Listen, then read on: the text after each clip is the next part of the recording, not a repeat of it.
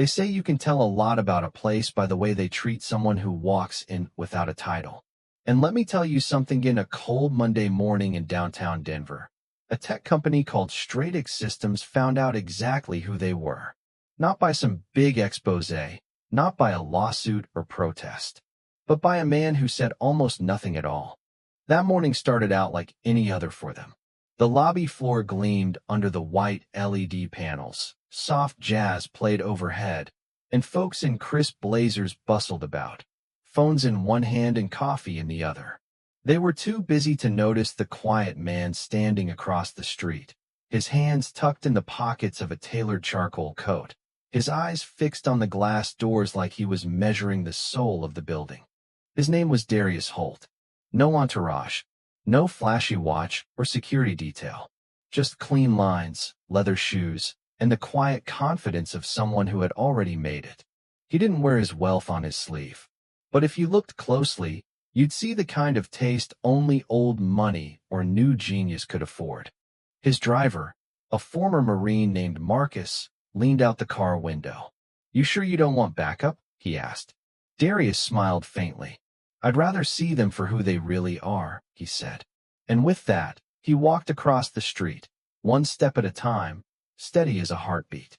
Inside Stratix, the receptionist barely glanced up when the doors opened. Her name was Heather. Early 30s, polished hair, voice sharp as a tack. She was busy texting one hand, twirling a pen with the other, until her eyes flicked upward and landed on Darius. Now here's where the story takes a turn. Heather didn't see a respected innovator or the founder of Holt Tech, a cybersecurity powerhouse that had quietly built half the encryption protocols used by the federal government. No, what she saw was a black man in expensive casuals who didn't look like he belonged. That was all it took. "Deliveries go through the back in trance," she said, not even blinking. "We don't allow vendors to loiter in the lobby." Darius paused, not out of shock, not even anger. Just that kind of stillness that lets you remember every word, every inflection, every ounce of assumption. "I have a 9 a.m. appointment with Mr. Cameron Price," he said. Calm, steady, like a man used to not being believed. Heather rolled her eyes, leaned forward just a bit. "And your name is?" "Darius Holt." There was a beat of silence, then a smirk. "Right. Look, I don't know who told you to show up here, but Mr. Price doesn't meet with people off the street. Try emailing his assistant. Or better yet, don't." Darius didn't move. He just said, "Check the executive calendar." But she didn't.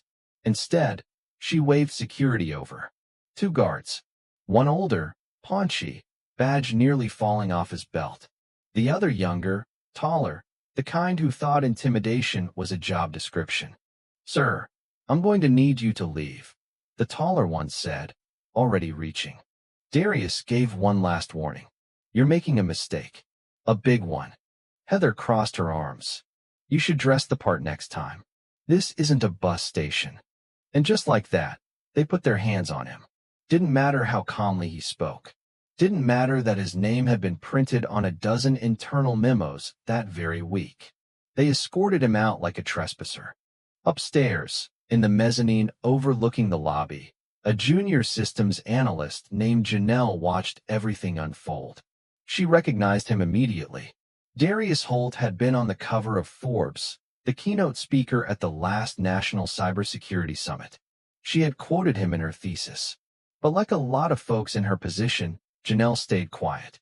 She wanted to scream. But that little voice in her head whispered, "Don't make waves. Be grateful. Stay invisible."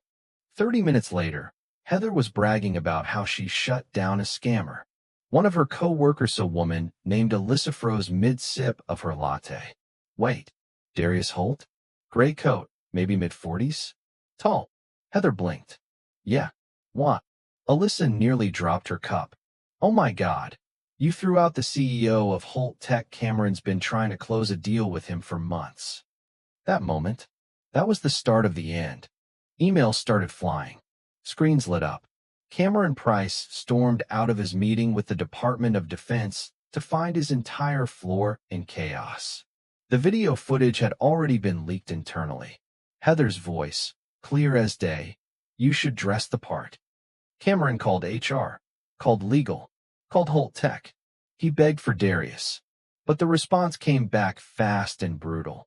Mr. Holt has no interest in rescheduling.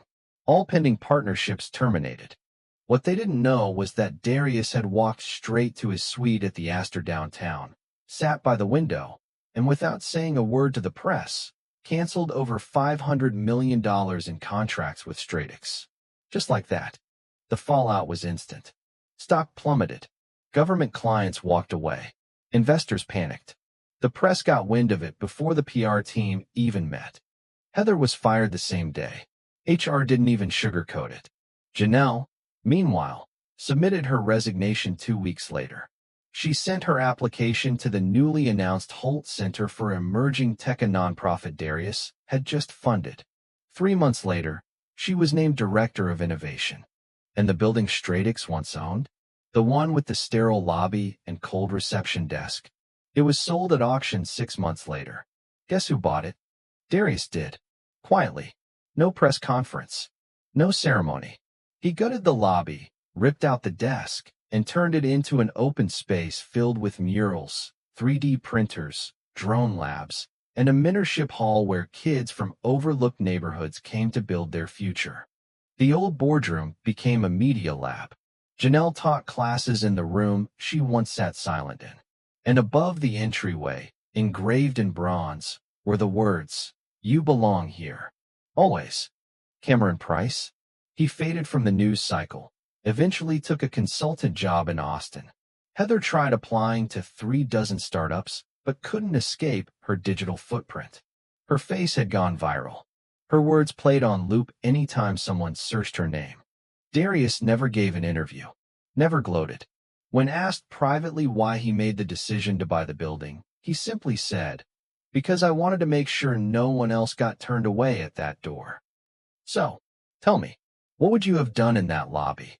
Would you have spoken up like Janelle finally did? Or would you have looked away? Because the truth is, a lot of places say they believe in diversity, until it shows up without a name tag. Let me know in the comments who was right, who was wrong, and what real justice looks like in a world where perception still outranks reality. And if this story made you feel something, hit that like button, share it, and don't forget to subscribe. Because sometimes, the quietest person in the room is the one rewriting the rules. Thank you for taking the time to listen to today's story on Store of Good Stories. If this story touched your heart or made you think, don't forget to hit like and share the video to spread this positive message to more people. And if this is your first time here, make sure to subscribe and turn on the notification bell so you won't miss any of the meaningful stories we share every week.